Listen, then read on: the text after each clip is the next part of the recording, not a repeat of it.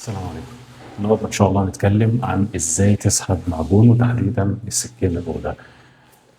طبعا في ناس في موضوع بتدهن بنفسها سواء بقى في بيوتها او مثلا حابب يغير اوضه عنده في الصاله ايا كان، فاحيانا بنحتاج نسحب معجون حته فيها رطوبه، فبنضطر ان احنا نسحب معجون. او لو حضرتك مثلا عندك شقه لقيت الاسعار غاليه شويه فقلت هسحب بس سكينتين معجون لوحدي.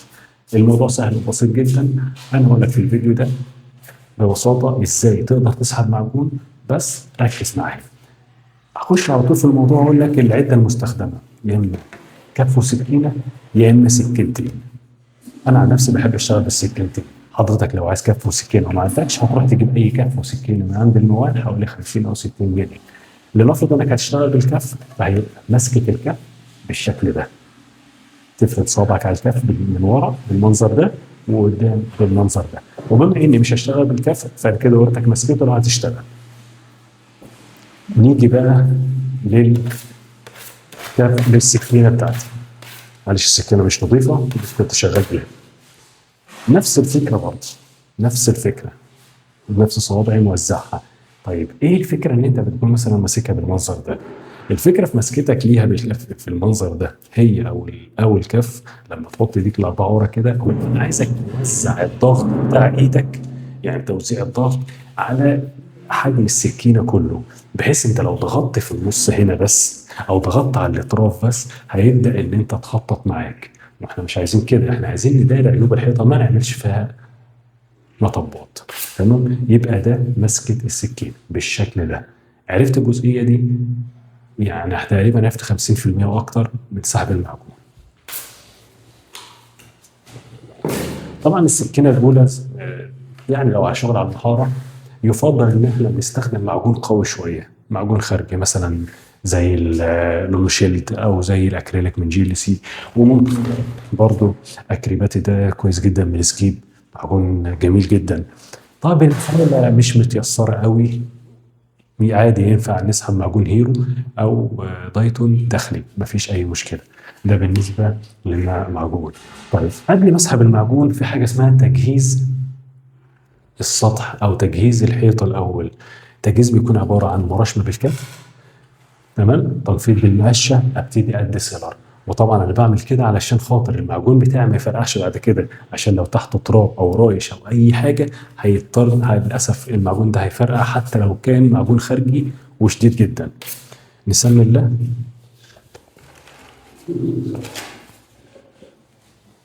هذا المعجون بتاعنا زي ما اتفقنا مسكتك. المفروض الشغل الصح ان انا بركب الشغل على بعضه، يعني من تحت لفوق. طيب من تحت بالطريقه دي سكينه بالعرض اهي، تمام. سحبت بالسكينه الصغيره حته بالعرض اهي.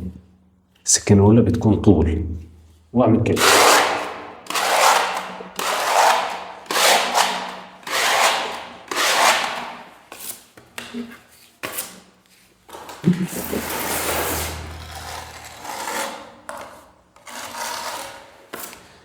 طيب لو انت الوزره دي مش واخده سيلر وفيها تراب نمسحها بصباعنا على الاقل في اول سكين عشان خاطر برضه ما يفرقعش، لكن انا مديها سيلر منضفها فما فيش مشكله ان انا اربي بالشكل ده.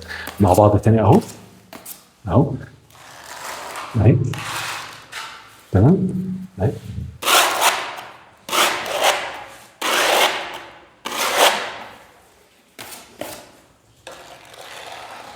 بالشكل ده. واحنا مع بعض هقول لك على شويه تريكات كده تاخد بالك منهم. اول اول تركايه كده وانت بتسحب الزاويه دي. انا باجي اسحب معجون مثلا اعمل الزاويه دي، بسحب كده من تحت لفوق، يعني بسحب من تحت لفوق والمها بالعكس من فوق لتحت. ليه؟ علشان تملى جميع المسام اللي في الحيطه.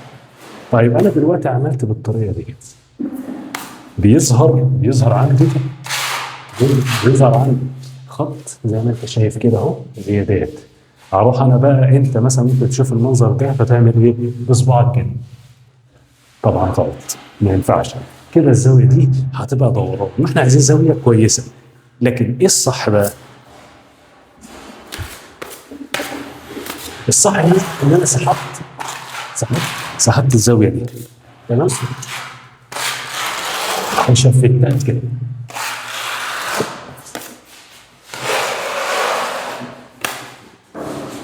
لو عملت معايا زياده من الناحيه الثانيه مفيش مشكله، عادي ما تتضايقش، خليها تعمل الزياده. بعد ما تخلص الجنب بتاعك هتكون الزياده دي قربت تنشف، لو شلتها بس بالراحه كده الموضوع خلصان. طب انت بتعمل كده ليه؟ بتسيب الزياده ليه؟ علشان تملى الفراغ اللي في الحيطه ده، من الناحيه دي، وانت دلوقتي عايز تملاه، فبتسحب المعجون بتاعك والزيادات تسيبها، وقبل ما تنشف تشيلها. لو نشفت مش مشكله، هترشمها في الحيطه، تيجي تعمل الناحيه الثانيه يبقى نفس الكلام، في السكينه الاولى والثانيه عملت دي قصاد دي، تطلع معاك الزاويه دي مسطره. لكن ان انت تمسح بصباعك كده، كده غلط. الزاويه دي عمرها ما تطلع مستقيمه ولا عادله، بالعكس تبقى دوران، وده مش صح. وده الصح اللي بتعمله بالسكينه، وفي حته هتيجي على حته.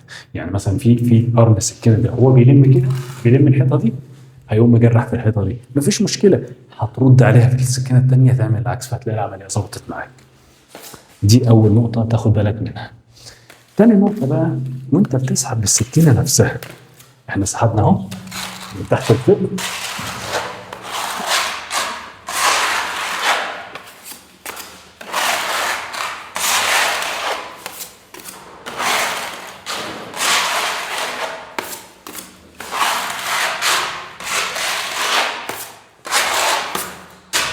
دي كانت حته ريش لازم نشيلها.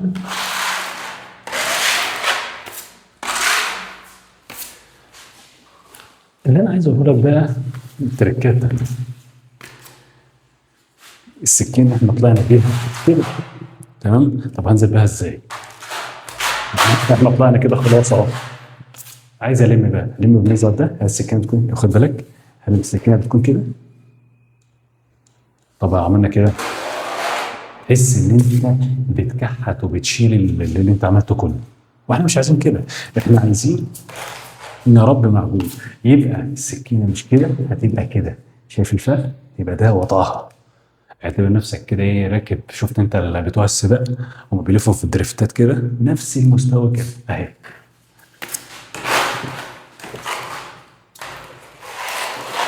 بالطريقه دي. للاسف الفيديو الاولاني عشان بسبب المساحه فوقف في النص، فاحنا اضطرينا ان احنا نكمل، بس للاسف كانت السكينه الله خلصت، فاحنا ما عندناش اي مشكله، هنكمل الخطوات بتاعتنا والشرح بتاعنا على الوضع اللي احنا فيه. هو كده المفروض ان كانت السكينه الله خلصت، ودي اخذت سكينه تانيه، تمام. مع بعض سريعا كده، احنا قلنا اول حاجه ان السكينه الاولى بتكون من تحت، صح، من تحت لفوق، وان انا بلم المعجون عكس اتجاه السحب. ده ليه؟ علشان ما نعملش حاجه اسمها سوس بتلاقي الحيطه مخرمه كده، لما انت تسحب في اتجاهين مثلا كده هتلاقي الحيطه مسوسه ما اتمرتش. علشان كده احنا بنسحب طول من تحت لفوق والعكس كده، تمام. ده بالنسبه للسحب نفسه. وطبعا السكينه الاولى زي ما انت شايف كده، الثانيه بتكون كده برضه اهي، سحب وعكس، تمام، نفس الكلام. عرض بس تسحب في اتجاه وترد في الثاني، بحيث انك انت برضه لو في سوس تملاه، ده الاحسن اهي. ده بالنسبه لاتجاه السحب بتاع المعجون، تمام. يبقى دي اول تركايه. طبعا حته ان الشغل بيركب على بعضه، لو تفتكر في اول الفيديو، علشان الريش اللي بيحصل ده، لما الشغل يركب فوق بعضه انت بتتلاشى قصه ان انت تلاقي ريش هنا او ريش هنا. بتبتدي مثلا الجنب في السكينه الثانيه مثلا بالمناسبه من هنا، تمام. الحته المزنوقه دي طبعا ما ينفعش فيها عكس، او تعملها كالاتي: السكينه بالطول اهي، تمام كده، وتسحبها بالطريقه دي برضه كده، ما تعملش معاك الايه، السوس بتاعك.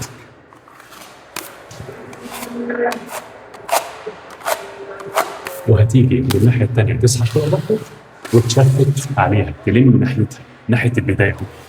طبعا هتقول لي ممكن اسيب رأي الشيل، لو انت بتلم هتلم عليه، فاصبح كده ان ما بقاش في ريش. يبقى اول حاجه اتجاه السحب، السكينه من تحت لفوق، وان انا الم العكس، علشان قصه اللي احنا قلنا عليها السوس. بركب الشغل على بعضه من تحت لفوق، بخلص تحت الاول بنزل لفوق، وفضح حطه كده. السكينه الثانيه زي ما فهمتك، زي ما على عدلتك، بتشتغل من على الشمال يشتغل من على الشمال، من على اليمين يشتغل من على اليمين، المهم الشغل يركب على بعضه. يبقى دي اتجاه السحب. تاني حاجه قلنا مسكتك للسكينه انت عرفتها خلاص. لمه السكينه نفسها، ان انا ما اوقفش السكينه كده، لا، عايز اخلي السكينه مهويه شويه، بحيث انها تهوي شويه على المعجون وتسيبه، ما كحتش ما اشيلش اللي انا بعمله. تمام. يبقى ده نسبه المعجون. الجزئيه المهمه اللي اتكلمنا فيها قصه الزاويه دي.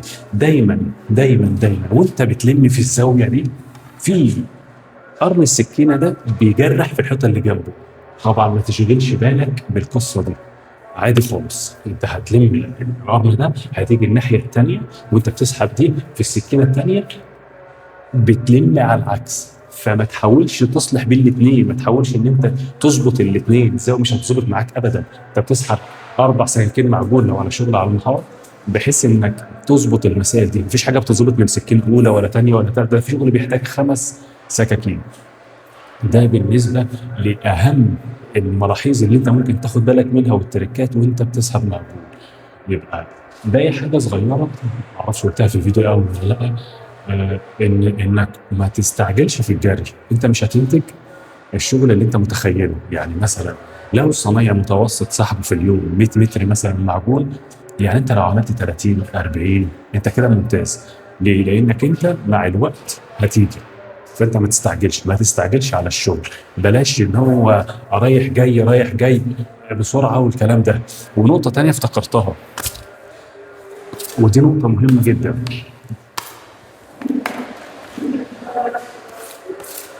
احنا دلوقتي لو تاخد بالك من الريجه دي اهي،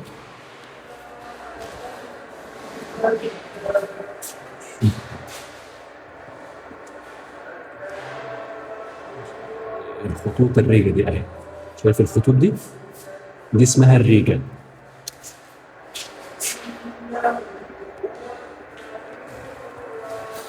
لو خدت بالك من الريجه دي هتلاقيها مستقيمه، خطوط مستقيمه. كويس. هي خطوط مستقيمه ليه؟ علشان وانا بسحب السكينه الثانيه، انا بسحب السكينه الثانيه اهو، بلم المعجون، ماشي ايدي عدله. تمام، ايدي عدله اهو. طب السكينه الاولى، انا بعمل السكينه الاولى، انا بلم كده، بسحب كده، ما المش كده، او مثلا امروح كده والم بالطريقه دي. ليه؟ الريجه هتقوم عامله معايا خط بالورد، خطوط بالورد كده بقى. الموضوع كده الحيطه باظت، حاجه الم في السكينه الثانيه الحيطه مش هتظبط معايا، هيعمل لي الريجه دي سببها ايه؟ حبايه الرملايه اللي في الحيطه، في رملايه تخينه اللي بسبب المحاره هزه. انما وانا بلم بيعمل معايا خط. لو انا اشتغلت شغل مظبوط، السكينه الاولى الم كده مستقيم، انا الفكره معلش تاني، ان انا لم المعجون بتاعي يكون بطريقه مستقيمه. المعجون السكين شوف نازله ازاي مستقيم، لا بتلف كده ولا بتلف كده. اهم مش الفرد، مش ان انا فرد عملت كده، دي ما يعني هو مش صح، بس ما فيهوش مشكله. المهم في اللم، السكينه عدله تمام، نازل خط زي الالف. طب ده ليه؟ علشان لما الريجه تيجي معايا في السكينه الاولى هتعمل ريجه بالعرض، فانا لم بالسكينه بالعرض هتساعد شويه. هاجي في الثالثه هلاقي الريجه بتاعتي لمت نهائيا. لكن لو الريجه بقى عشوائي مش هتلم ابدا ابدا. مهما تسحب فيها معجون، بدل ما تلم من 4 سكاكين هتلاقيها تحتاج 5 و6 سكاكين. يبقى انا زي ما اتفقنا كده، لم فرد المعجون يكون في مستقيم، سواء طول او عرض، سواء في السكينه الاولى او السكينه الثانيه لحد الرابعه. الطول طول والعرض عرض، السكينه تكون مستقيمه. الموضوع مش صعب ولا كيمياء ولا اي حاجه. انت مش هيفرق عنك عن الصنايعي غير انك لسه بتبتدي. فانت واحده واحده هتلاقي الدنيا بتمشي معاك، وما تستناش من نفسك انك من اول ما تمسك السكينه هتلاقي نفسك الدنيا مشيت معاك. مفيش حد كده، مره واثنين وثلاثه، وافتكر انت عايز توصل لايه. لو انت مثلا راجل عميل او زبون عايز توفر مثلا، افتكر ان انت تعبان عشان توفر. لا لسه مبتدئ في الصنعه وعايز تتعلم اساسيات او كلام من ده، اعرف ان انت مع الوقت هتيجي. مفيش حد مره واحده. فكره انتاجك للمعجون دي بتبقى قدرات شخصيه مختلفه من بني ادم للتاني. يعني انا عن نفسي كسحب المعجون انا ما بحبوش، كطاقه عندي انا ماليش طاقه ليه. انا ممكن ادي في حته تانيه. كذلك الصناعيه، في واحد فيهم مميز في الفرد، مميز في المعجون، مميز في التحرير. المهم انت تعرف الاساسيات، لكن فكره انتاجك قد ايه مش دي المهم خالص. سلام.